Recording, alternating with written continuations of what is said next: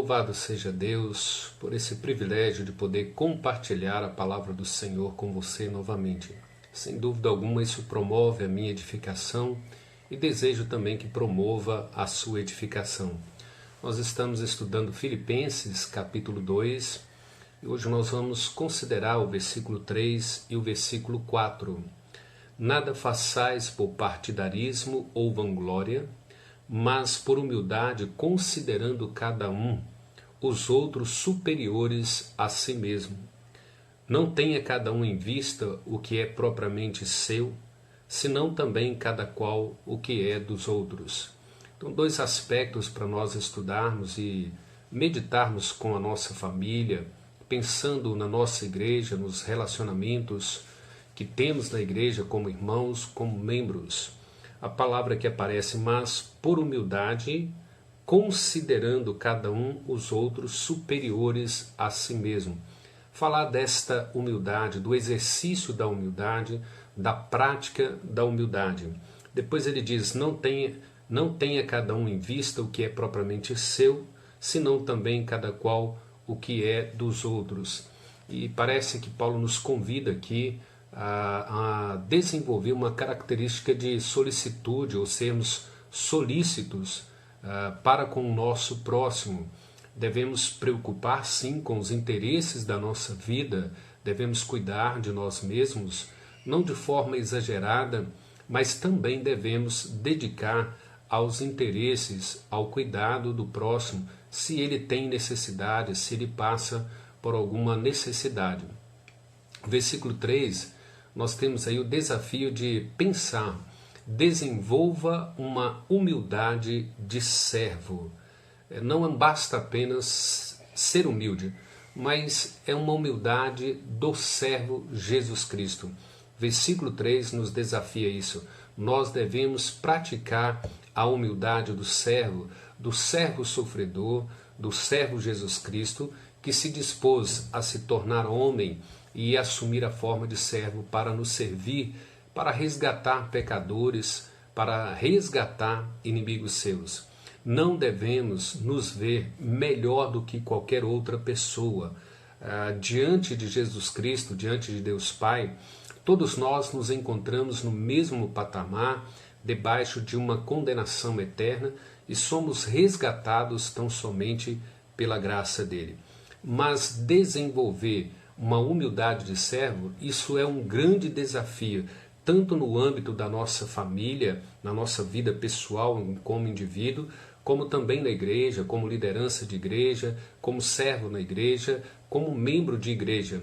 Porque nós vivemos em uma cultura que tem como centro, não é, o amar a si mesmo acima de qualquer coisa. A autoestima, se colocar em primeiro, se olhar no espelho e dizer que você está bem, que você é inteligente, que você é melhor, que você supera todas as coisas.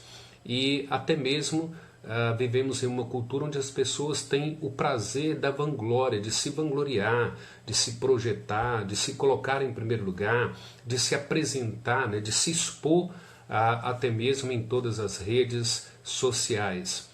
Mas vejam bem, Paulo, escrevendo a primeira carta dele a Timóteo, capítulo 1, versículo 15, ele diz assim, digna de toda aceitação é a palavra de Cristo, de que Cristo veio ao mundo para salvar pecadores, dos quais eu sou o principal. Então vejam bem que o apóstolo Paulo nos chama ao exercício da humildade de servo, porque ele viveu essa humildade, ele colocou isso em prática. Isso era evidente na vida do apóstolo Paulo. O próprio Senhor Jesus, como eu já mencionei, Filipenses capítulo 2, do versículo 5 até o versículo 9, esse Jesus esvazia de si mesmo, se torna homem e assume a forma de servo, sendo obediente até a morte e morte de cruz. Todos esses textos, o exemplo de Paulo, o exemplo de Cristo, nos desafia a praticar uma humildade, vivendo assim na presença de Deus de forma humilde como servo desse Deus, como servo desse Senhor Jesus Cristo. Uma humildade de servo nos declara a nossa dependência de Deus, de que nós vivemos, nós existimos por causa desse Deus. E se somos alguma coisa, é porque esse Deus tem nos dado toda a suficiência. Nós dependemos inteiramente desse Deus. Compreender essas coisas provocará em nós esse desejo de desenvolver essa humildade de servo.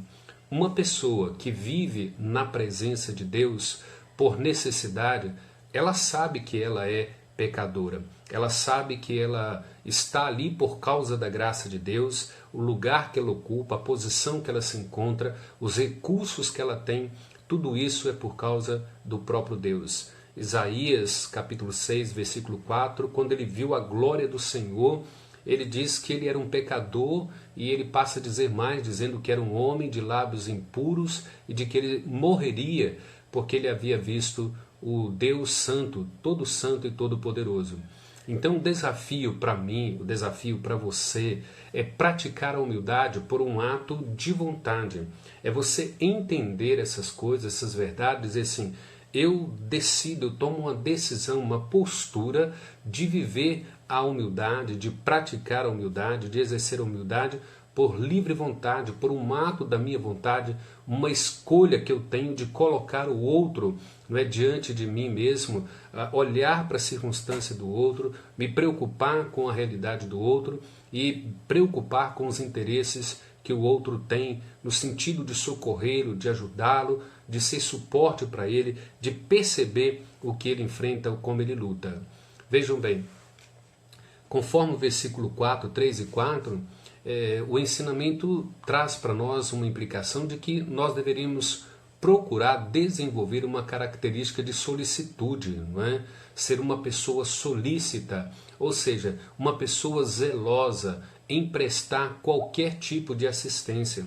Você ama fazer isso, você tem desejo de fazer isso, você é uma pessoa solícita, você se compadece, você demonstra bondade, você percebe a necessidade do outro, você percebe a dor do outro, você é capaz de se compadecer, não é? De tomar as dores do outro para socorrê-lo, para ajudá-lo, para ser suporte para ele. O crente deve cuidar dos interesses do outro para preservar a nossa unidade como corpo de Cristo, como membros do corpo de Cristo, como aqueles que conhecem a Deus, como aqueles que temem a Deus. Não apenas devemos cuidar dos nossos interesses pessoais, mas conseguir olhar para o outro, quando Paulo diz, tendo em vista, né, a necessidade do outro, tendo em vista a condição do outro, nós não devemos simplesmente preocupar ou nos preocupar somente com os nossos interesses pessoais. Devemos ter em vista os interesses do outro.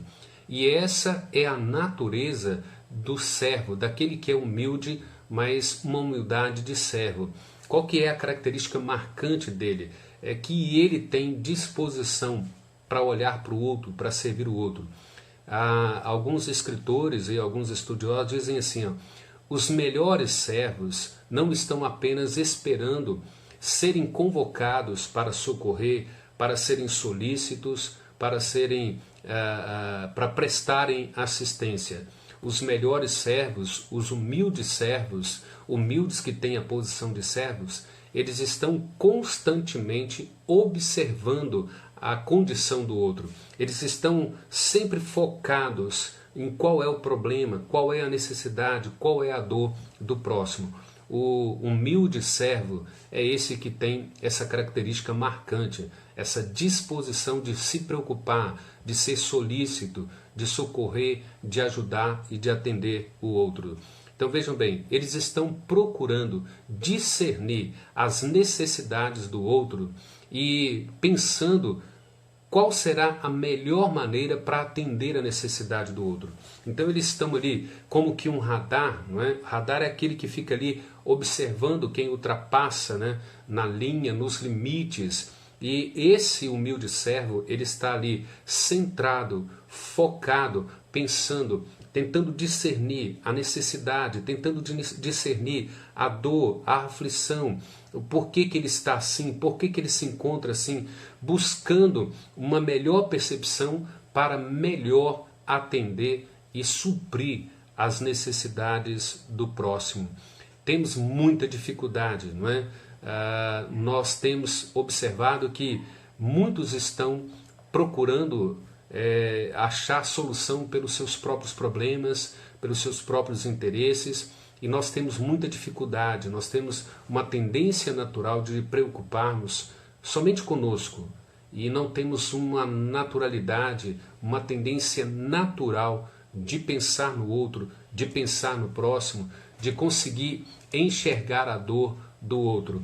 Isso nós nascemos com essa tendência, não é? É natural por causa do nosso coração pecaminoso, essa tendência natural de sermos egocêntricos, de nos preocupar com o que nós sentimos. A nossa dor é sempre maior, a nossa dificuldade sempre é maior, a nossa luta sempre é mais difícil, nós somos mais perseguidos, nós somos mais humilhados, nós somos mais ultrajados, e não temos essa facilidade, essa natureza de procurar discernir e socorrer a necessidade do próximo. Por isso é que Paulo diz: nada façais por partidarismo ou vanglória, mas faça por humildade, considerando cada um os outros superiores a si mesmo. Não tenha cada um em vista o que é propriamente seu, não é? Senão também cada qual o que é dos outros. Hebreus, capítulo de número 10, versículo 24, nos diz assim: consideremos-nos também uns aos outros. É necessário que nós aprendamos a considerar um ao outro.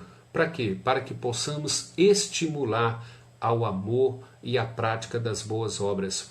É considerando um ao outro, é analisando, é percebendo a vida de cada um no sentido de sofrimento, de lutas, de dificuldades, não é, de tribulações, para que possamos atender a necessidade um do outro.